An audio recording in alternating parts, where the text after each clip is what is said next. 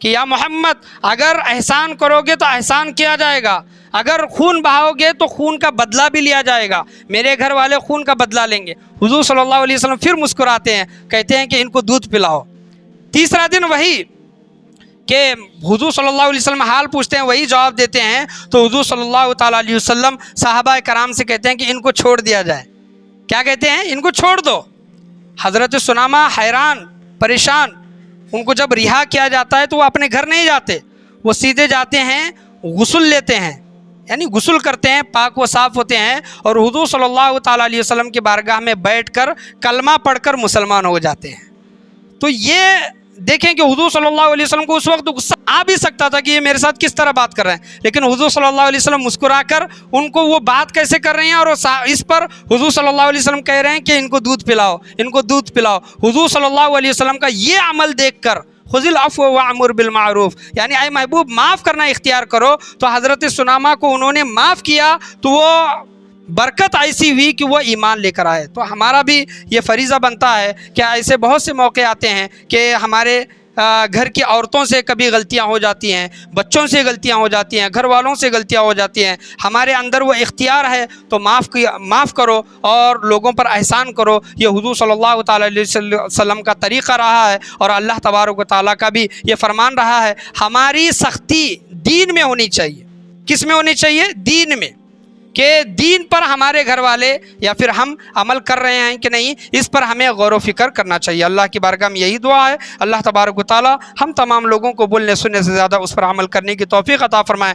غصہ کرنا کیسا ہے، اس کے متعلق جو 4 جمعہ بیانات ہوئے ہیں، اللہ تبارک و تعالی بولنے سننے سے زیادہ ان تمام باتوں پر، چیزوں پر عمل کرنے کی توفیق و رفیق عطا فرمائے، اور جائز چیزوں کے لیے اور بری باتوں کے لیے غصہ کرنا یہ اچھی بات ہے، اور جہاں پر معاف کرنے کی بات آئے تو وہاں پر معاف کرنے کی اللہ تبارک و تعالی ہم تمام لوگوں کو توفیق و رفیق عطا فرمائے۔ آج کے بیان میں، آج کے درس میں، بولنے میں، سننے میں، سمجھنے میں یا پھر سمجھانے میں کسی بھی قسم کی غلطی، کمی بیشی، کوتاہی، خامی، بھول چوک ہوئی ہو، اللہ تبارک و تعالی محض اپنے فضل و کرم سے اسے معاف عطا فرمائے۔ نبی کریم صلی اللہ تعالیٰ علیہ وسلم کے طریقہ کار پر چلنے کی توفیق و رفیق عطا فرمائے۔ لا الہ الا اللہ محمد رسول اللہ صلی اللہ علیہ وسلم، وآخر دعوانا ان الحمد للہ رب العالمین۔